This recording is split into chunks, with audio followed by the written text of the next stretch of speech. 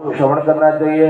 नायं देहो देह भाजा निरोगे कशांतामानर्हते विंभुजाम्ये। कहते भैया ये हे पुत्रों, देखिए क्या संदेश दिया कि मेरे बेटों मेरे बच्चों आप ध्यान से सुनना।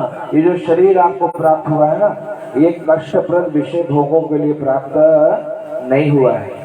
ये जो शरीर मिला है वो किस लिए मिला है?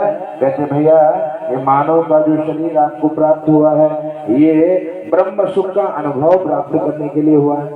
ब्रह्म सुख की अनुभूति शरीर के द्वारा करना चाहिए। महसेवा द्वार बाहुर विमुक्ते सेमो द्वारम योषिताम संगी संगमो। महापुरुषों का संग यही मोक्ष है। संतों के साथ रहिए।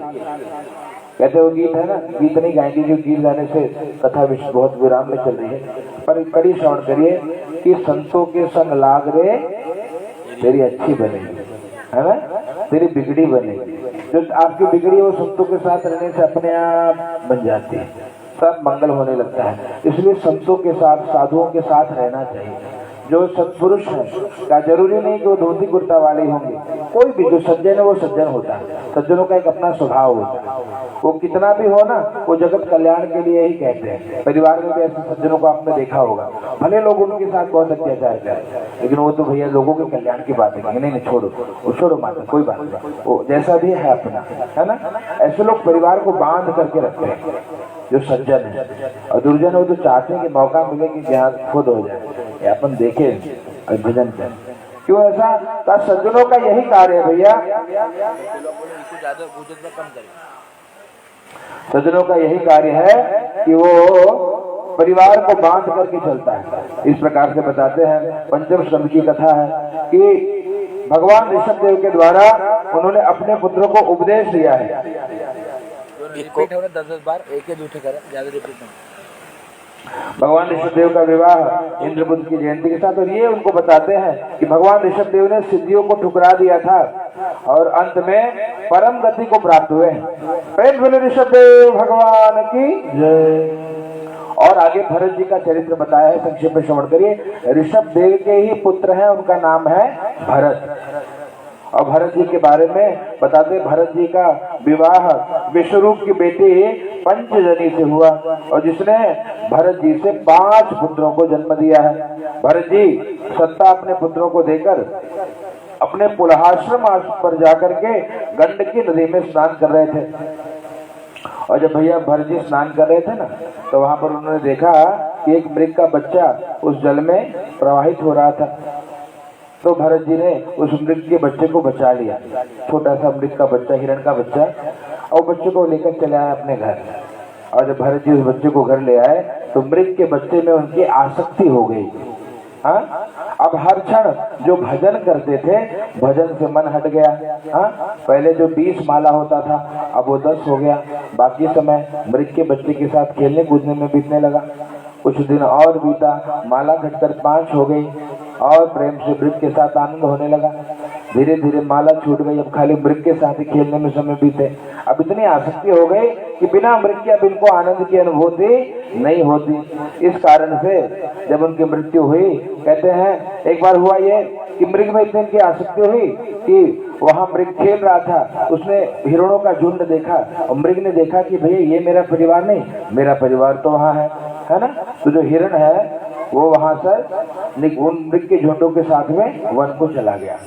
अब जब वो वन को चला गया तब इनको जो आसक्ति थी हिरण के बच्चे के प्रति, हिरण के प्रति, अब ये हर क्षण उसके लिए कैसे तड़पने लगे और उसी वियोग में इन्होंने प्राण भी त्याग दिया। याद रखना, अंते मति सो गति।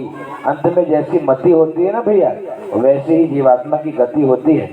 मानस में गोस्वामी जी कहते हैं, जन्म जन्म मुनि जतन कराई अंत राम कहि आवत नाही।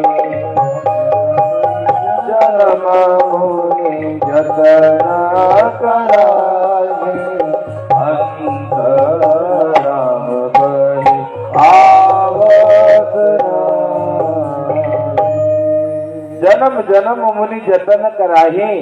जन्म जन्म जोगी मुनि जति तपी सन्यासी ब्राह्मण कहते यतन करते हैं। क्यों? क्योंकि अंत समय में भगवान का नाम निकले, और फिर भी नाम नहीं आता है ना।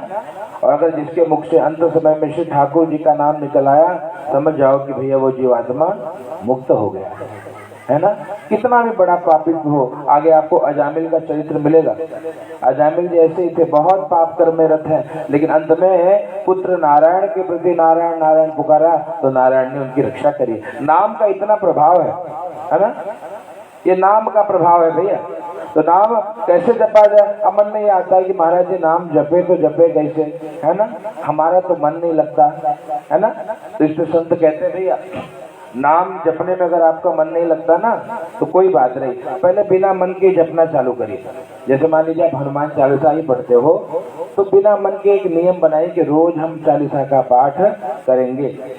धीरे धीरे एक दिन वो गति आ जाएगी, वो स्थिति आ जाएगी कि पहले आपका चालीसा पढ़ने में मन नहीं लगता था, अब आपका चालीसा पढ़े बिना मन नहीं लगेगा। तब समझना कि अब कुछ कनेक्शन जुड़ गया है, हाँ? और जब कनेक्शन जुड़ गया, यही तो भक्ति है। हाँ, फिर एक कड़ी स्मरण करा दो खाली भजन की कि जब जुड़े तार से तार और क्यों ना मिले कन्हैया, है ना। जब ये तार जुड़ जाए तो कन्हैया क्यों नहीं मिलेंगे। जब होवे सच्चा प्यार क्यों ना मिले कन्हैया, है ना। सच्चा प्यार तो हो। और हमारी क्या गति है भैया? हमारी गति तो यह है कि भैया आप कितना कहा, ओ संत का बहुत सुंदर एक भजन है कि सच बता दे बिहारी से ए प्यार